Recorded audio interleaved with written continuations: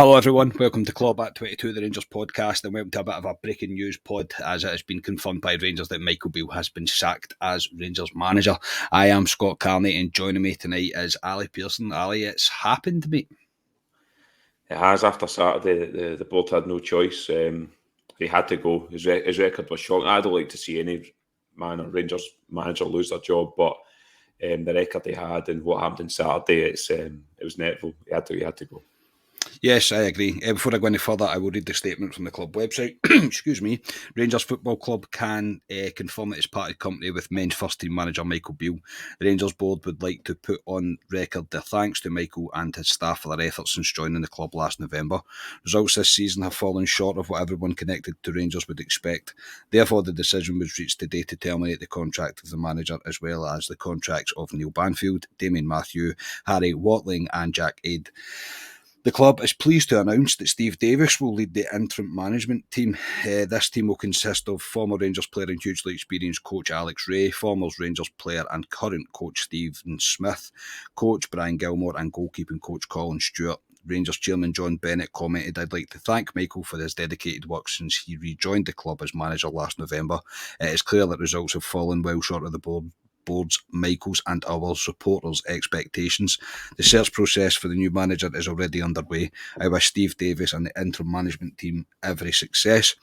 They will remain in charge for as long as it takes to make the right appointment."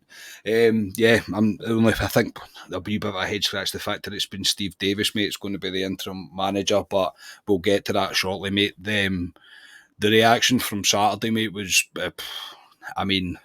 everybody was in the same boat. I've not really watched any fan media podcasts, official media outlets, listened to any of our punters been in touch with us to say otherwise. Everybody believed that it was time for him to go. It's been a long time since I think every Rangers fan's pretty much said the same thing, mate. And the board ultimately, I think it's probably took them a day longer than everybody would have liked it to, but ultimately they've done the right thing. Yeah, they have. I mean, yeah, you talk about that. I mean, when Gio was sacked last year, people could put an argument up for him at points. It wasn't unanimous what it is now. This is going back to, you'd probably say, Kashinya type era, if you want to say, Carney.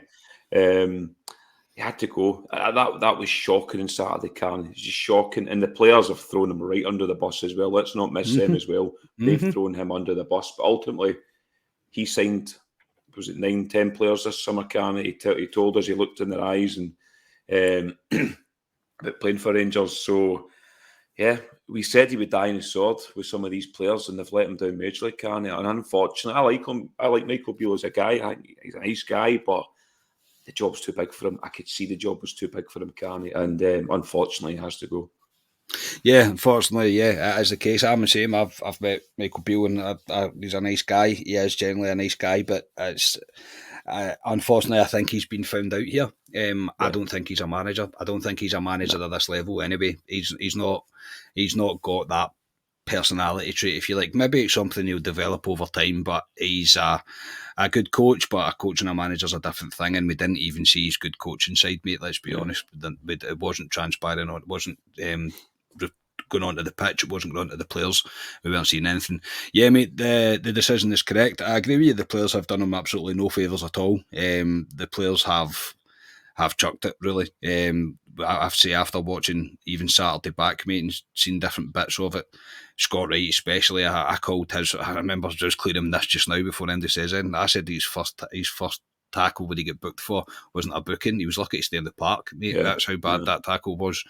But players have absolutely chucked it under him. Now, look, mate, as I say, with Beale,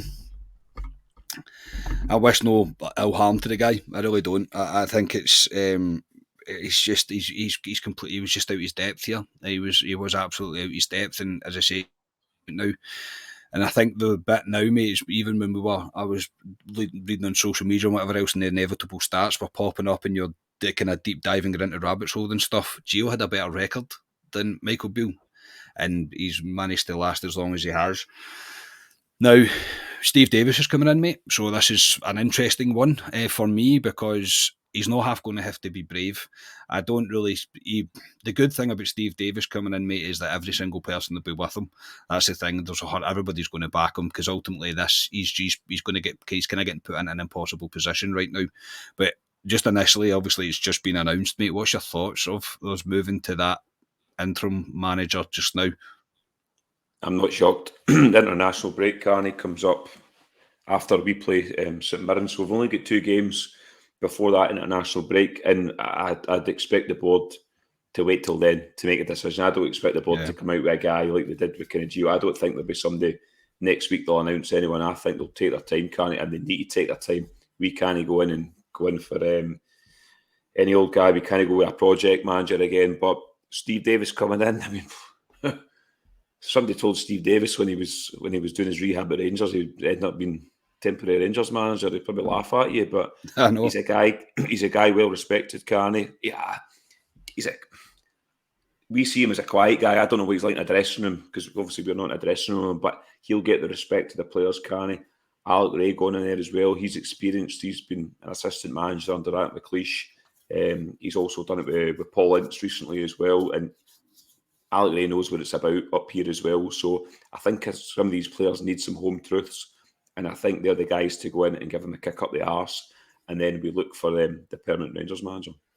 Yeah, I agree, mate. I think they definitely have to give some players a booting, and some players there's going to need to be brave decisions made. Maybe that's not Davis's decision to make, but we all know about the old guard, mate. We could go on about it, and we'll get deeper into things. I think as the coming days come past, and we see what's really going to take shape now. I think in terms of appointing a new manager, this has been coming since the Old Firm game, but I don't think anybody can really deny that. This was in the post. It was always going to happen. It was just a matter of when. It was inevitable. The club have had a long time since the Old Firm game to have put things in process, mate. So I would fully expect during the international break that the approach will be getting made as we speak. I would hope it's happened today or maybe tomorrow for who their prime top candidates would be. They'd have to have been identified, and I would expect appointment. No, I'm not saying the first day of international break, but not far into it. Yeah, I would like to think they were looking maybe prior to the Old Firm, Carney. I mean, we were looking pre-season. That's true. I get to the point. He should have went after the Old Firm, Carney. He should have went, but the board could put an argument up to say, well, we're 4 games in. He's brought all these new players in. You need to give him time. So to a point, you can say yes, but we could see as fans it wasn't working. You could see there was no style of play. Yeah, he went on that wee run of 4 games, not conceding a goal, but even at that, Carney, we were limping, and we were all waiting that one game we were going to slip up. And Pataudry, most folk probably had that earmarked as the one we could slip up, and we did. But yeah, in terms of like a new manager going forward, they'll take their time for me, Rangers. I think they have to, Carney, but I agree. I think they would have been looking. They would have been looking for weeks now. So there's probably people in the background they've been talking to, but now they can seriously talk to them because we're without a manager now. And we need one going forward because we've got the semi-final of the Cup coming up, which is important. Yeah, we're 7 points behind the league, but there's a lot of games to play for. We're still in Europe, and we've got Scottish Cup to come. So there's plenty of stuff to play for this season. So yes, it'll be interesting. Couple of weeks probably. Yeah, and again, even after Michael Beale and the announcement has been made, you do get a kind of bad feeling that the fact that the guy that's just lost his job, but ultimately you've got to take that head off and realise what the bigger picture is, and you almost start self-doubting almost immediately where you're going, oh, was it going to be the right thing to do? But the football that we're seeing is awful. Even when you had a full team, take the injury list away from it, when you had a full team, it was so poor, really, really so poor. And Saturday was a car crash of a game of football for Rangers, and as far as we're concerned, a bunch of players that looked clueless, a manager that looked clueless, and there was only going to really be one outcome from it. So yeah, the decision has been made, and rightly so. The appointment of who's going to be next, I don't know. I don't even know who's out there. I don't even know. I'm sure there's going to be all sorts of rumours flying about soon about who it's going to be. The one that keeps coming back is Kevin Muscat. That one keeps getting fired about, but again, I don't know. Potter as well. Yeah, I think you're spot on though as the board now. they have to get this correct. And I don't know. Well, what's your opinion? Can we risk another development manager, or do we need an old head, an experienced head anyway? No, we can't go down that line, can we, again? Michael Beale was a punt by Rangers, a punt that's went, well, it's been a disaster, let's be honest about it. But no, they can't go down that route for me, can they? I said, I don't know if I said in the post-match after Aberdeen, but I said, in terms of, like, I'm using Le Guin, when he left and we brought Walter back to steady the ship, I think we need somebody to come in and organise us, make us look like a football team, get these players playing. Yeah, you would like to bring a guy in and see what happens, a Steven Gerrard type, but I can't see it. To me, it's got to be a guy that's been there and done it, can't he? And a guy that's a winner. And it's easier said than done, because you don't know who's 100%. out there. A lot of guys are in jobs as well, so it's a difficult one for the board, but that's their job, is to identify, and they'll have guys that you'd think they would have guys, even if Michael Beale was in the job, even if Michael Beale was flying high, there still should be guys in the background. Should always be a contingency plan. There should always be. Just in case. So it'll be interesting what kind of list they've got. Also be interesting to see who they talked to prior to Michael Beale getting the job as well, because he did say they had interviews with other people. Whether they did or not, I don't know. But no, it's hugely important. For me, it's got to be somebody kind of tried and trusted. I don't want to go down this project route again. A rookie manager. And when I say a rookie manager, a guy that hasn't managed. Michael Beale had about 10 games at QPR, and that was it. Yeah. So, no, not for me. No, I think I'm pretty much the same, mate. We can't afford to keep continuing to get things wrong. I know people will say, well, Steven Gerrard was an experiment. He brought a wealth of experience behind him as well, though, and he had gravitas. He had a stature about the guy. He was one of these guys that was always going to be a success for me. But Michael Beale never really ever has filled me with complete confidence. I was a fan of him. I wanted Beale to work. I liked the football that we were playing. When he was with Gerrard, I could see if he could have adapted that, then we could have had a really good manager. But ultimately, he's been in charge of the recruitment. The signings have failed, let's be honest. The only one that hasn't is Butland, who I think's after even the videos that you've seen kicking about Twitter after the game, he's a fantastic human, a fantastic man, a fantastic human to have involved in your football club. He's a leader, that's for absolute sure. But the rest of them are nowhere near it as far as I'm concerned. We have to hope now that whoever comes in manages to get a tune out of these players, because there's still a long way to go until we get to the January window. And let's not be coy about it. They've just had to pay out Michael Beale's contract in order to get rid of him. Whether there was an agreement or made or not, I'm not sure. That might come out in the wash one day. But either that, this is an expensive appointment that the board have went through with, and it has failed. But they have done the right thing by relieving Michael Beale of his duties tonight. Wish him nothing but the best in the future. I'm sure he'll always be welcome back at Ibrox, but this is one that had to be done, and I can't say that I'm disappointed that it has happened. It's the right thing to do, because things were only going to get worse. And I think the biggest frustration, Ali, amongst fans was we'd seen this movie before, but this one's even worse than the first time we watched it. And I think we all had a wee bit of the fear in the back of our minds that we're going to wait until this is way too long, until we're out the Cup, until we're out of Europe, until we're nowhere near the league before it happened again. So you have to credit the board now for this decision, that they've done it when they have. Yeah, you have to. Well, yeah, you have to credit them for making a decision, but I don't think they had a choice, can they? No, I don't think they did. With Gio, they could have maybe rumbled that a bit more if they wanted to. I mean, they rumbled that. I'm maybe giving them too much credit, because it should have happened after the Old Firm. Yeah, it was a gun to the head to them with the fans. Yeah, it's true. See if Michael Beale was in the dugout for Thursday, and then against St Mirren, the fans. I mean, you see in social media guys saying, "I'm not going back to Ibrox until Michael Beale's removed." It'd be a toxic place, Carney, and it wouldn't be good for Michael Beale either. So the gun was to the board of the Rangers' head, and it's been pulled, and they've done it. So they had to do it for me, the board. And another thing you need to look at is director of football. We've not replaced Ross Wilson since he's gone. No. And he's a guy, director of football's all about finding the next manager, Rangers and etc., transfers. Not replaced that either. So it'll be interesting to see what we do in that position, because Michael Beale has went out and sourced these players, we've been told. And apart from Jack Butland, who you've talked about, Carney, the rest of them have failed miserably. I would go as far to say we've went backwards from when Van Bronckhorst got sacked last year, and that's a worrying state where we are at the moment.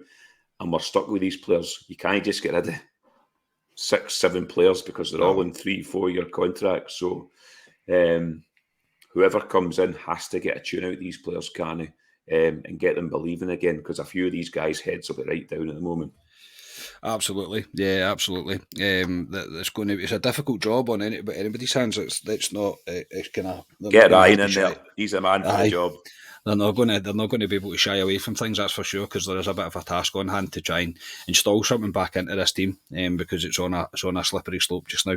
But ultimately, you can't sack a group of players, but you can sack the manager, and it's the end of Michael Beale's time at Ibrox. Ali, thank you for giving up some of your Sunday night, mate, to come on and do this. And yeah, the new era begins. It does. It's sad to say, the 1st of October, Carney, that it's another Rangers manager losing their job. You look through the history of Rangers with managers. We don't sack managers. We don't like to go through managers. Unfortunately, the last couple of managers for Rangers haven't worked. So it's massive in terms of who we get right. So, some weekend for Scotia to leave the country and to come back to this. So I'm interested to see his views when we come back early at the Club Deck Corner. But we had to come on and say our piece, Carney. Unfortunately, he has gone, but Rangers come first, and we'll see what it brings. Yeah, it might have been. I might have given him a wee bit too much credit, but they have made the decision now, and it is the correct decision. He had to be gone, and he is. So yes, good luck to Steve Davis taking over just now. It's going to be interesting to see how things are on Thursday night now. But we'll sure to be getting the thoughts of Ryan and Scotia the next time we're on, and we'll be back before that game as well. So we'll bring more reaction, of course, but we always like to come on when something big happens, and none more so bigger than a Rangers manager getting the sack. So it's over. It's on to the next era now. So on a positive note, the podcast passed 5,000 subscribers. I didn't release a pod and all that. I didn't release a social media thing and all that for it because none of us are feeling particularly good about things. But I suppose the end of this now that we have, Ali, that's a good thing to cheer us up. Cheer us up about. I did say to you, this podcast is the only good thing involving Rangers in my life right now. Yeah, it's no. It's I did say it would be good to hit 5,000 before the international break. So I thought the end of the season. Genuinely, I did. I thought it'd be the end of the season. We've done it. Obviously, a lot of guys like to tune in, not just listen to us, to other podcasts as well. In terms of course, they want to get opinions of what you're feeling about in terms of the football club. And it's Rangers that have failed this season so far, which has probably helped a lot of podcasts in terms of people wanting to listen to us. But no, it's fantastic to hit 5,000 subscribers, Carney. Hopefully these guys tune in and listen to us most weeks. And hopefully they don't get too bored with the negative podcast. We'll be a positive podcast moving forward, don't we? Yeah, well, hopefully. Well, we always hope to be, but it's the way things have been this season, unfortunately. But thank you to everybody. Generally, it's amazing. I know it's a weird thing to do at the end of a podcast like this, but I just had to say it since this is going out. We'll be back later in the week, early in the week, even with Club Deck Corner. As I say, to bring more reaction to this. Hopefully, Ryan and Scotia can come on, hear their reaction. You'll be able to hear about Scotia's trip to Italy as well, and then it'll be on to Thursday, and it'll be Steve Davis. It's in the dugout. So the board have done it. Michael Beale has been sacked, and as I say, it's on to bigger and better and brighter things. Hopefully, speak to you later in the week. We are Club at 22, the Rangers podcast. Cheers, everybody.